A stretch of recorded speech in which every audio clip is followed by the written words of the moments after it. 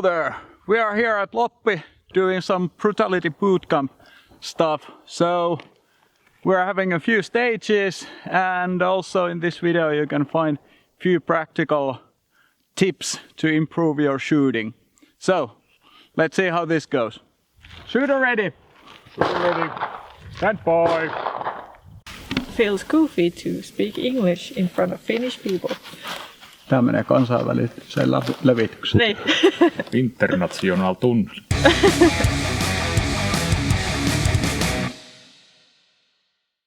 So the first thing we're gonna do today is shoot some offhand, and we're at is this like maybe 140 meters, and we have our 223 rifles here. We have 3 plates and 3 shooters.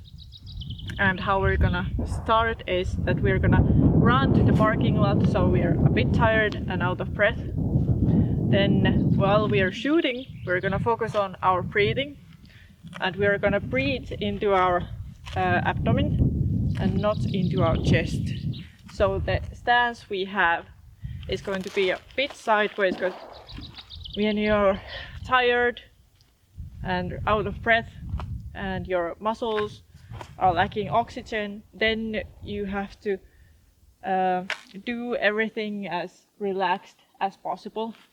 Stand in a stance that we could stay for the whole day, 8 hours like this, and then we're gonna have our shoulders relaxed, legs relaxed, and this arm is gonna hold the gun up, and it's not gonna do anything else. It's only keeping the gun up, so it's pretty much relaxed. And all the aiming and controlling the recoil is coming from this arm. So I'm holding the gun tightly with this hand. And this is the relaxed one. The reason for having the controlling the aim with this here from close to the body is that if you're controlling the gun from there, like far away from your body, then the smallest movements affect a lot. Okay, let's start. So we'll run there and back, and then shoot. We'll shoot one target, have 2 hits on it, and then switch position, maybe take a couple of steps to break the stance, and then shoot 2 hits more. Okay, let's go.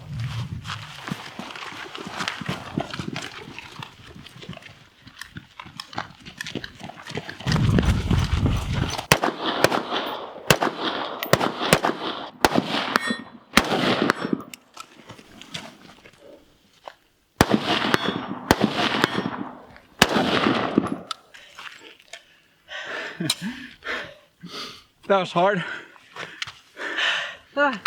So for me the hardest thing is to remember to keep on breathing. How about you? Yeah, I forgot to breathe.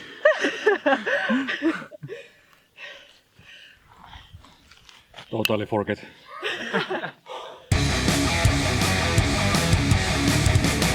No niin, eli pistooliotetta kun lähdetään rakentamaan, niin tärkeintähän meitä olisi saada se ase vakaantumaan sinne käsissä mahdollisimman nopeasti, etenkin toimintaammunnasta kun puhutaan, niin se seuraavan laukauksen pitäisi pystyä lähtemään mahdollisimman nopeasti.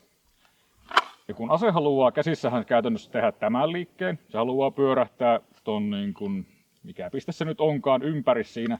Jos meillä on ote liian alalta ja luisti lähtee taaksepäin, se pääsee tekemään huomattavasti isomman liikkeen kuin mitä me halutaan sen tekemään. Jos meidän olisi mahdollista tukea pistooli jollakin tällä tavalla, niin silloin se lähti suurin piirtein vaan suoraan taaksepäin ja palautus siihen, mistä se lähtikin. Mutta koska luistin liikkeen takia se ei ole mahdollista, me pyritään saamaan oteen mahdollisimman ylhäältä siitä aseesta. Mikä onnistuu sillä tavalla, että me ei puristeta asetta sillä tavalla niin kuin apina puristaisi vasarta, vaan me mennään sen semmoisella pienillä kiertoliikkeellä sisälle. Ja mikä ero huomaa siinä, että jos mä nyt puristan asetta suoraan, niin huomaatte, että se ei painu tonne mun kämmenen sisälle. Kun mä menen sinne kiertoliikkeelle sisälle, niin huomaatte, että se ase painuu ihan luonnostaan tonne mun käden sisälle. Ja näkyy, että piiverteili on tuolla niin kuin ihan peukalohangan sisässä. Tää tekee sen, että siellä on huomattavasti parempi takatuki tuolla aseessa, kun se yrittää rekylöidä taaksepäin. Peukalo nousee luonnostaan, etenkin 2011 se tuohon varmistimen päälle, mutta niin se tekee klokeissakin, kun se asento tehdään oikein, eli peukalo tulee tuohon suhteellisen ylös. Sitä ei tarvitse tukea välttämättä luistia vasten, vaan mahdollisimman tuohon runkoon kiinni, riippuen vähän asetyypistä. Sitten mitä me tehdään tukikädellä, niin tässähän suoraan meillä jo käytännössä näkyykin tukikäden paikka. Me pistetään mahdollisimman ylös se tälleen kerran tuonne liipasinkaaren luokse ja siitä rullataan ote kiinni tuohon aseeseen, että me saadaan mahdollisimman paljon läskiä tuohon aseeseen kiinni mahdollisimman paljon korkealle se ympärille. Tämän peukalon tehtävä on estää aseen liikkuminen sivuuttain. Eli me pyritään saamaan se mahdollisimman tänne eteen. Tämä riippuu hyvin paljon ihmisen peukalon mitasta. Jos on lyhkäiset peukalot, niin sitä ei vaan saa sinne kovin pitkälle. Mutta niin pitkälle kuin mahdollista. Robert Vogel työntää ihan niin kuin näin paljon sitä eteen, mutta itselle se ei tunnu luonnolliselta, mutta sitä voi kokeilla, että se tukee ihan koko peukaloluun aseen runkoa vasten. Tärkeintä on, että se ei jää tänne alas, mihinkä tuppaa monella jäämään, koska täällä se on käytännössä hyödytön. Se ei saa puristettua eikä se saa tuettua asetta. Mahdollisimman tuohon rungolle ylös, että saadaan mahdollisimman paljon aseen ympärille käsiin. Sen jälkeen, kun me on tämä käsi laitettu tähän, niin tärkeä pointti on se, että me mietittäisiin nyt, että meillä menee tosta sarana tappi sormenpäitteen rystysten lävite, kun me laitetaan käsi kiinni tänne ja otetaan se lähelle tätä rintakehää. Nyt tässä vaiheessa tämän peukalohangan ei tarvitse olla vielä aseessa kiinni, vaan nyt kun meillä on tuolta se lukittuna, kun me työnnetään aseen eteen, niin se käytännössä tekee luontaisen saranaliikkeen, jolla se kiristyy tuohon aseen ympärille, niin meidän ei tarvitse tietoisesti puristaa sitä asetta niin paljon kuin mitä pitäisi, jos me otetaan se ote täällä ja lähdetään rullaamaan sitä kiinni siitä. Tämä tekee myöskin sen, mikä huomaa, kun joku ampuu millä on löysä ote, että laukauksen jälkeen täytyy otetta lypsää, kun se lähtee soutamaan tuolta. Tällä tavalla kun on tehty, niin vasti on niin jäykkä, että se pysyy itsessään. Ja jos sitä asetta täytyy laukausten välillä korjata, niin se kertoo, että siinä otteessa on jotakin vikaa siinä.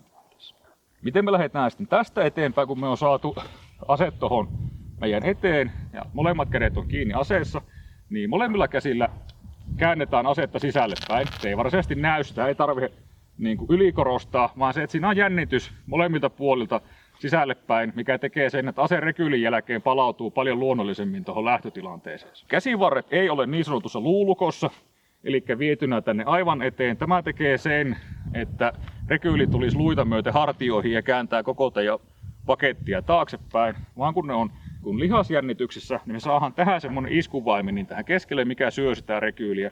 Käytännössä isoin osio pitäisi näkyä tässä, että näkyy semmonen pikkuinen värähys. Ei välttämättä niinkään nivel taipuu, mutta lihaksissa näkyy semmonen värähys, kun ne ottaa rekyyliä vastaan. Hartiat on suhteellisen rentona, ei tarvitse mennä niin sanottuun taktiseen turtle-asentoon, missä vetää hartiat korviin ja ollaan niin svatin näköistä kuin mahdollista, vaan hartiat on rentona ja asettuu tuohon eteen luonnollisesti. Tämä tekee sen, että kun me halutaan liikkua johonkin suuntaan, niin meillä on lihaksissa tuossa varoja vielä tehdä asioita. Jos me ollaan veetty kaikki mahdolliset varat eteen ja vielä mahdollisesti jalat jonnekin taakse, niin hirveän vaikea lähteä liikenteeseen, kun ei ole liikkumavaraa missään kropassa enää jäljellä.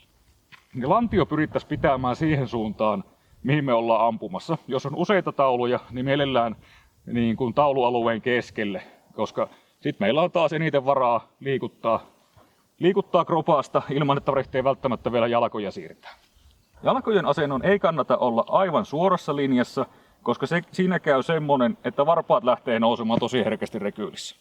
Vaan ihan semmoinen puoli jalkaterää mittaa taaksepäin sillä tavalla, että ne olisi suurin piirtein tuolta tasalta noin. Tekee huomattavasti enemmän sen, että rekyyli ei nosta suoraan näitä varpaita ilmaan. Ja siitä pystytään myöskin lähtemään suhteellisen kätevästi suuntaan tai toiseen. Ja ruvetkaa nyt ihan omatoimisesti hahmottelemaan sitä, mitä mä tuossa äsken kerroin, ja mä käyn sitten tarkistamassa vielä sitä otetta. Ja asehan haluaa rekyylissä tehdä tämän liikkeen, se pyrkii tulemaan taaksepäin. Ja sulla pitää se hyvin, se on niinku tuo lihas, mikä sillä käytännössä pitää vastaa, että toi pysyy jäykkä. Seuraava testi, mitä me otteelle voidaan tehdä, on nypätä tosta. Ja se oli tiukkana se paketti, monella lentää ote tosta suoraan irti, mikä kertoo, että täällä on hyvä pito tuohon aseeseen. Sitten kun me annetaan täältä pikkasen rekyyliä, niin huomataan, että Jarilla juurikin oikeaoppisesti näkyy vaan kyynärvarsissa tuo rekyylin liike, kun hihat värähtää siihen. Miltä tuntuu? Tuntuuko ote luonnolliselta? Jotakuinkin tällainen seuraus on. Joo. Sulla on opetettu asia hyvin. Jalat on justiinsa oikein, ei lähtenyt, vaikka mä täältä vähän työn enemmänkin, niin ei lähde määräänsä enempää varpaat nousemaan. tuo näyttää oikeinkin hyvältä asennolta. Siitä pystytään lähteä suorittamaan asioita. Ja ase haluaa tosiaan tehdä tämän linkin. Ja se ei sullakaan pääse sitä määrää sen enempää tekemään. Sitten testataan vielä tuolta löytyy pikkasen kehityttävältä. Eikä toi tekee. Teusiksi.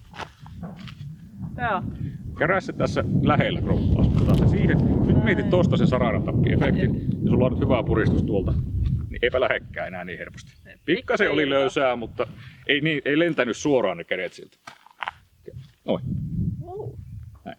Ja sitten kun me annetaan täältä pikkasen iskua, niin huomataan, että kädet värähtää vaan tuossa kyynärpäiden kohdalla tai kyynärvarsien kohdalla, missä se on ideanakin. Jos mä vähän sen painan sua täältä, pikkasen lähtee, mutta ei lähde ollenkaan, jos sä pistät jalat ihan tasalle. Ihan tasalle, kun mä pikkasen täältä työnnä, niin heti lähtee paketti taipumaan taas. Hyvä tuplalaukaus melkein riittää, tuommoisessa tilanteessa nostaa varpaita. Se oli hyvä. Kyllä, tämä näyttää oikein hyvältä. Sitten me voidaankin oikeastaan ruveta ampumaan ja katsoa osuutta.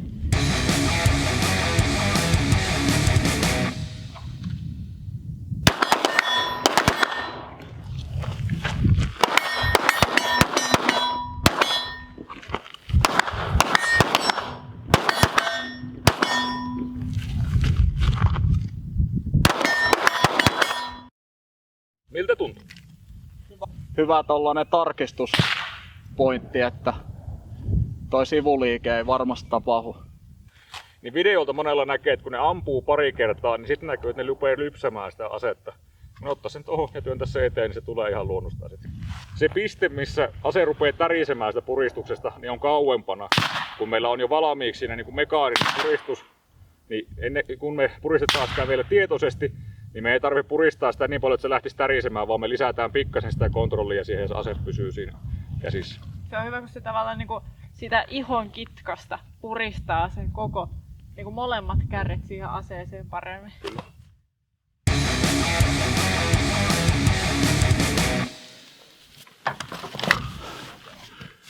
That kind of day, good training, and stay tuned for more content on #BrutalityBootcamp. Remember to train.